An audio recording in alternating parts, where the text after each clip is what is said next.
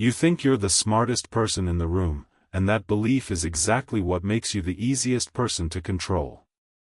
The manipulator who believes they're running the game never sees the real player coming, because they're too busy admiring their own reflection in the board.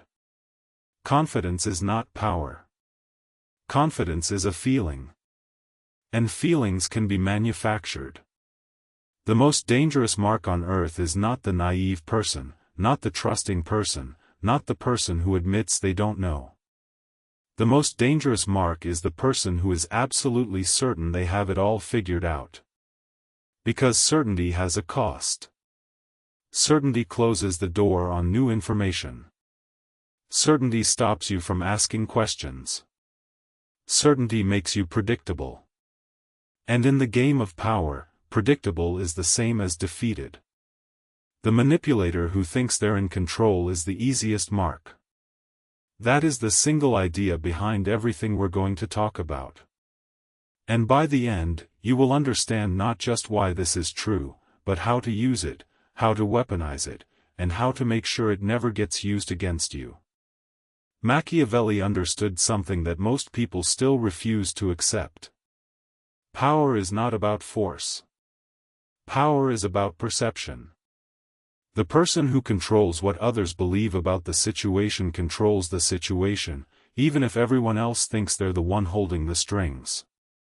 The trick is making them think they're holding the strings while you quietly tie the knots. Here is the dark truth that nobody tells you. The person who believes they understand you has already stepped inside your trap.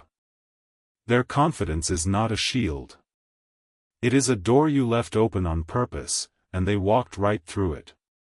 Let me explain why. The human mind runs on two systems. You have a fast system, automatic, intuitive, the part that forms impressions in a fraction of a second. And you have a slow system, deliberate, analytical, the part that actually thinks things through. The fast system is always running. It is constantly building stories, connecting dots, forming judgments. And here is the problem. The fast system does not care about accuracy. It cares about coherence. It takes whatever information is available, whatever is in front of it, and it builds the best possible story from that information. It does not go looking for missing pieces. It does not ask what it doesn't know. It takes what it sees, and it constructs a narrative, and it hands that narrative to you with a feeling of confidence. That feeling of confidence is not evidence. It is not proof. It is a sensation. It is cognitive ease. When the story fits together neatly, when the pieces seem to align, your mind produces a feeling of certainty. And that feeling is so powerful, so convincing, that you never think to question it. This is what makes overconfidence so dangerous. It does not feel like overconfidence. It feels like clarity. It feels like understanding.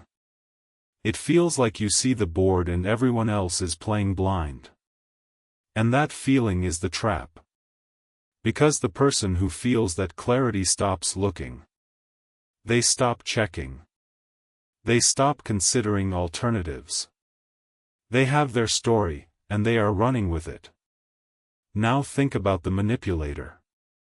The manipulator who believes they have you figured out. They have watched you.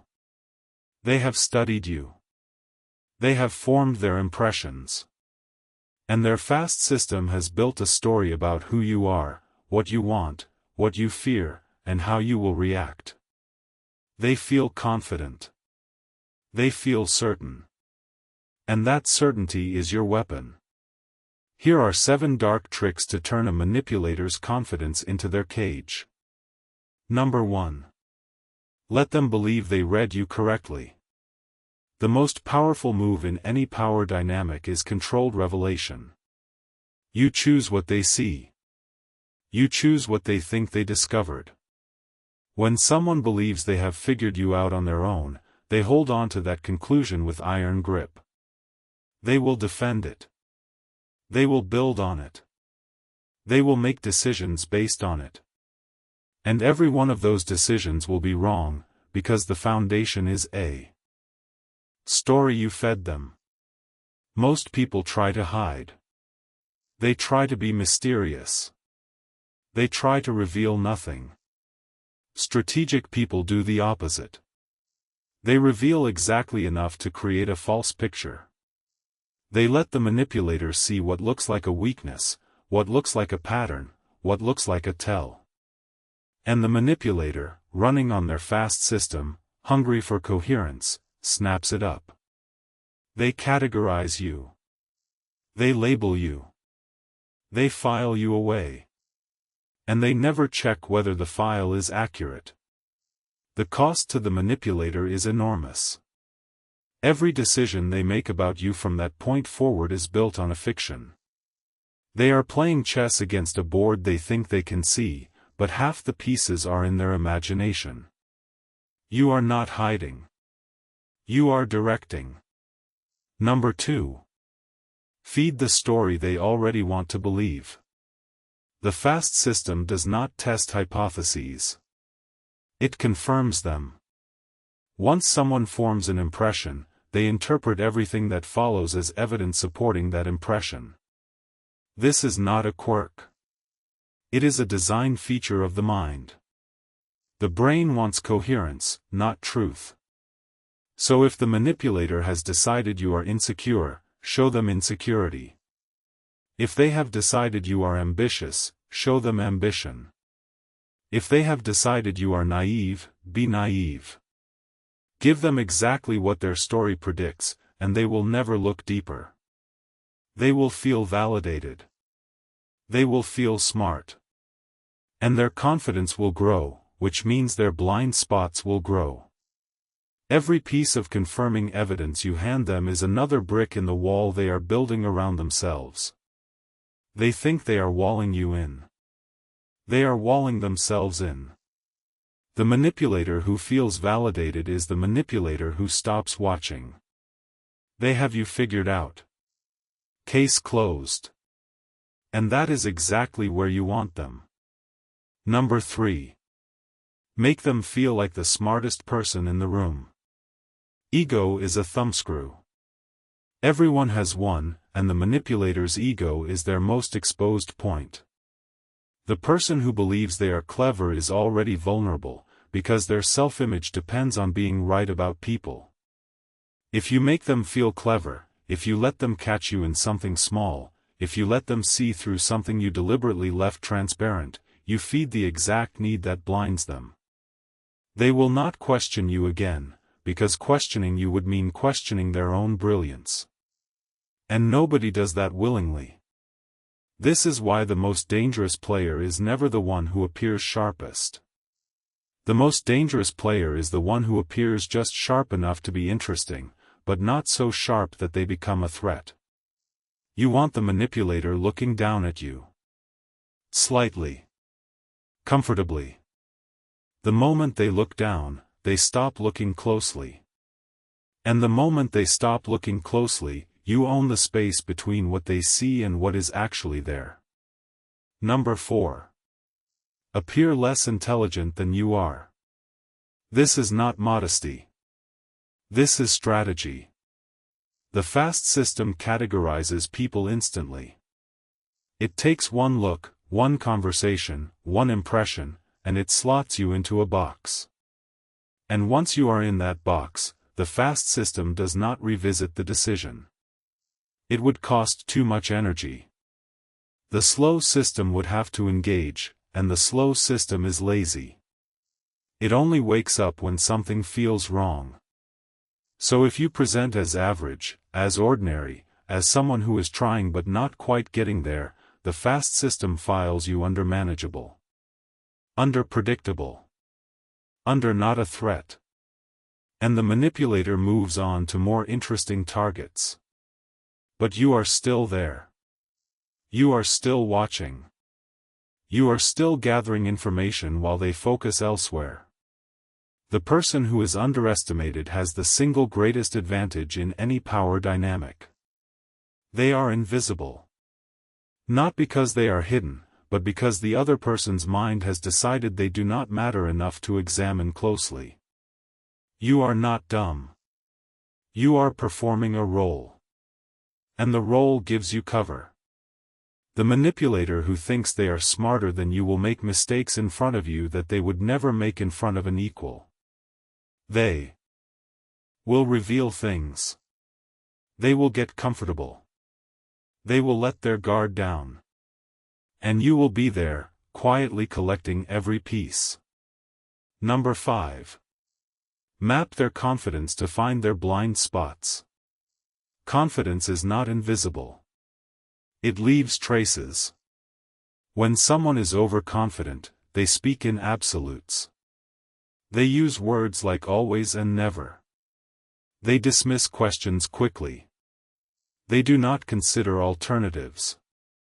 They make decisions fast and defend them hard. They interrupt. They redirect. They act as if the conversation is a performance and they are the star. All of this is information. Every display of confidence is a map pointing directly at where they are not looking. When someone says they know exactly what you are going to do, they have just told you they are not considering any other possibility. That is a blind spot. When someone says they have seen this 100 times, they have told you they are pattern matching and not thinking. That is a blind spot.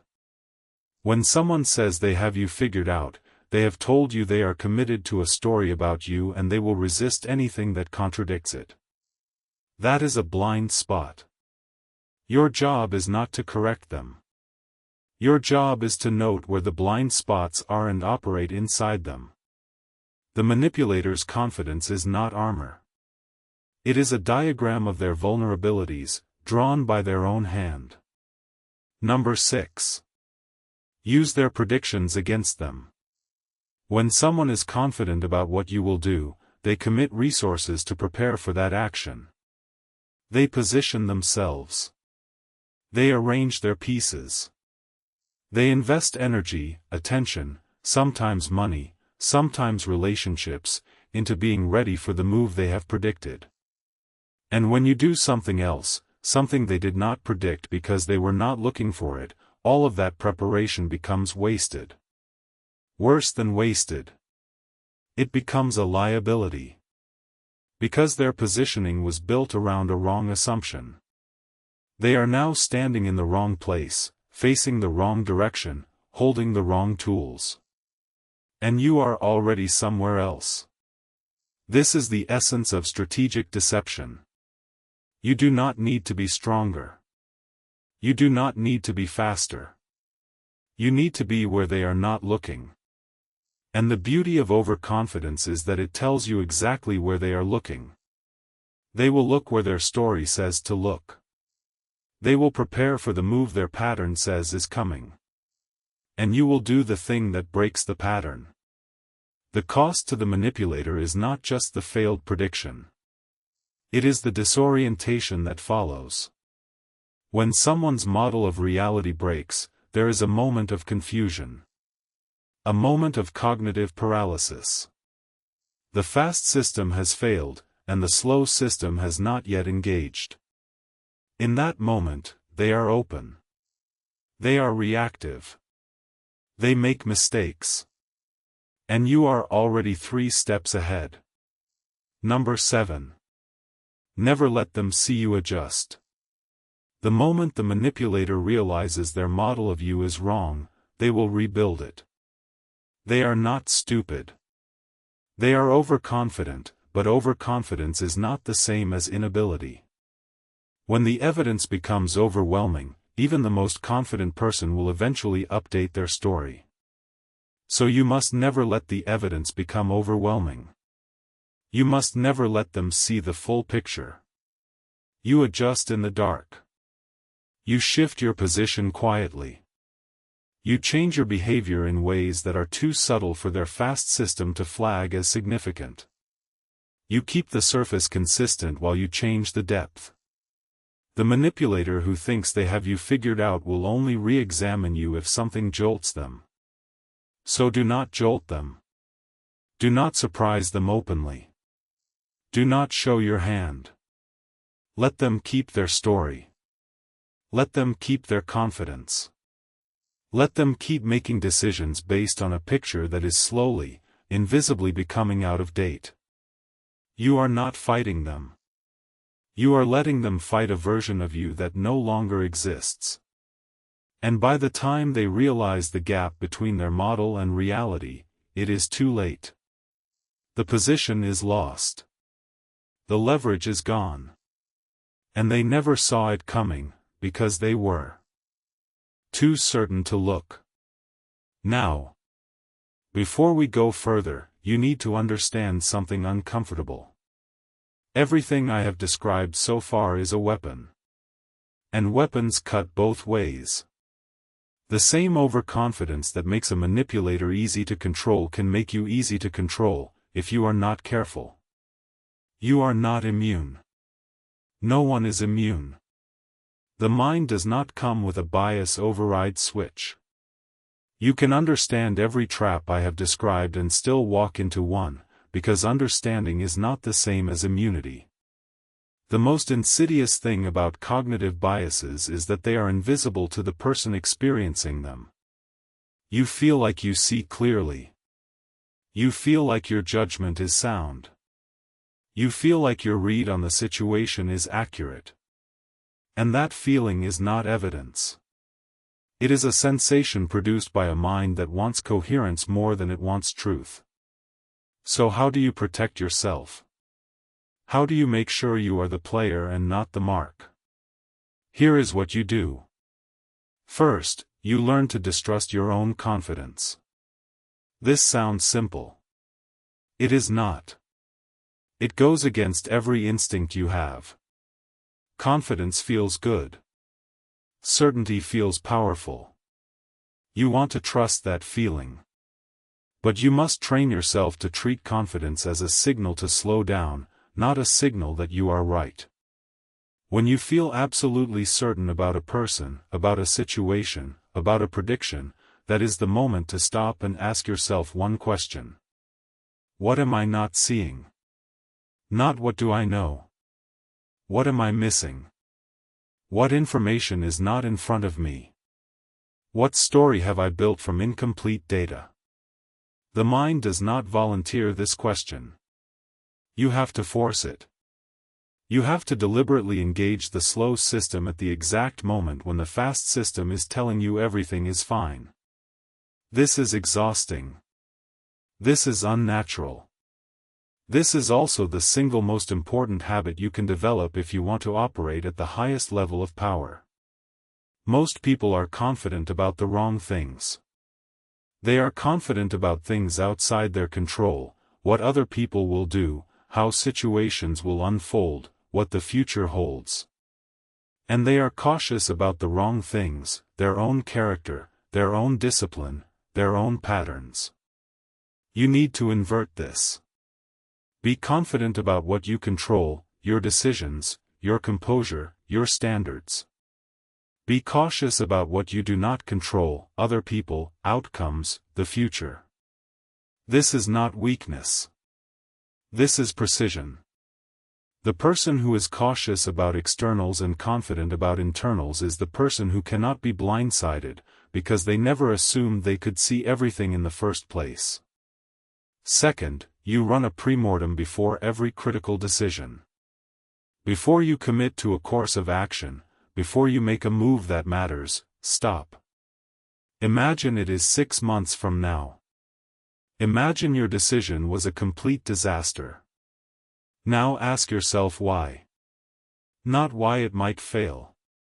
Why it did fail. Assume the failure is real and work backward. What did you miss? What did you overestimate? What were you too confident about? This exercise forces the slow system to engage. It forces you to consider possibilities that your fast system has already dismissed. It makes you look at the gaps in your story instead of just admiring how well the story fits together. The premortem is not about pessimism. It is about intellectual honesty. It is about recognizing that the story in your head is a construction, not a discovery. You did not find the truth. You built a narrative. And narratives can be wrong. Third, you track your predictions. This is tedious. This is unglamorous. This is also the difference between someone who grows in power and someone who stagnates. Write down what you think will happen. Not in your head. On paper. Then check later. You will be humbled. You will discover that your confidence was far ahead of your accuracy. You will see patterns in your errors. You will notice that you overestimate certain types of people and underestimate others. You will find that your gut is wrong more often than it feels right. And that information, painful as it is power. Because once you know where your judgment fails, you can compensate. You can double-check the areas where you are weak. You can build in pauses where you are prone to rushing. You can ask for input where you are prone to going alone. Calibration is the secret weapon of every person who operates at the highest level. Not confidence. Calibration. The calibrated person knows the limits of their knowledge and adjusts accordingly. The overconfident person does not know they have limits. That is the difference between a player and a mark. Fourth, you watch for the feeling of cognitive ease. When something feels obvious, when something feels clear, when a judgment snaps into place with satisfying precision, that feeling is not insight. It is the fast system telling you it has finished building a story. That is the moment to be most suspicious. Not because the story is necessarily wrong, but because you have no way of knowing whether it is right. The feeling of clarity does not include an accuracy check. It is just a feeling. Treat it as a flag, not a verdict. When the fast system says this is obvious, the slow system needs to ask compared to what? What is the base rate? How often does this actually happen? Am I seeing a pattern or am I imposing one? Am I answering the real question or have I silently substituted an easier one? These questions are not natural. They will not arise on their own.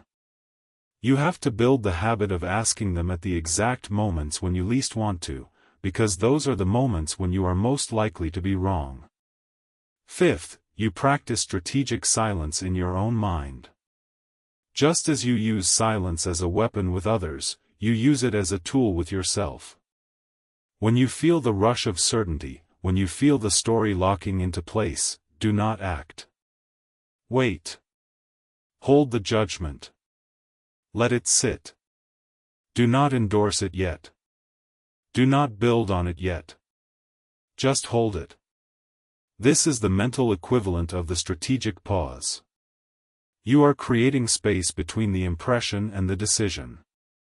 In that space, the slow system has a chance to wake up. In that space, you have a chance to notice what is missing. In that space, you are not reacting. You are choosing. And choosing is what separates the player from the mark. The reactive person is controlled by their fast system. The strategic person controls when their slow system engages. That is the entire game. Now let me bring this back to where we started. The manipulator who thinks they're in control is the easiest mark. This is not just a clever line. It is a description of how power actually works. The person who believes they have figured you out has stopped doing the one thing that would protect them. They have stopped paying attention. Their confidence has made them lazy. Their story has made them blind. And you are operating in the space their blindness has created. But here is the deeper lesson. This applies to you. Always. Every day. In every interaction. The moment you believe you have someone figured out, you become the manipulator in the scenario. You become the one who is certain. You become the one who has stopped looking. And somewhere, someone is watching you not look. Someone is feeding you the story you want. Someone is letting you feel smart while they quietly take the ground you are not watching. The only protection is permanent vigilance. Not paranoia. Vigilance. The disciplined refusal to let confidence become complacency. The commitment to always ask what you are missing, even when, especially when, you feel like you have the answer. Machiavelli did not teach people to be cruel. He taught people to see clearly. To see the board as it is, not as they wish it were. To recognize that every person, including yourself, is running on machinery that prioritizes coherence over truth. And that the person who understands this machinery can operate above it. Not by escaping bias, which is impossible. But by knowing where the biases live and accounting for them. The manipulator who thinks they are in control is the easiest mark, because they have confused a feeling for a fact. They have confused confidence for accuracy. They have confused a story for the world. Do not make that mistake.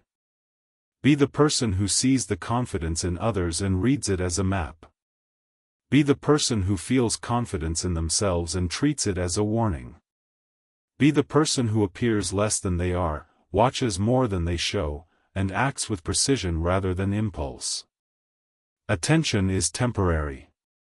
Mental space is power. The manipulator who thinks they control you is already caught. The ruthless art Machiavelli perfected, now it is yours.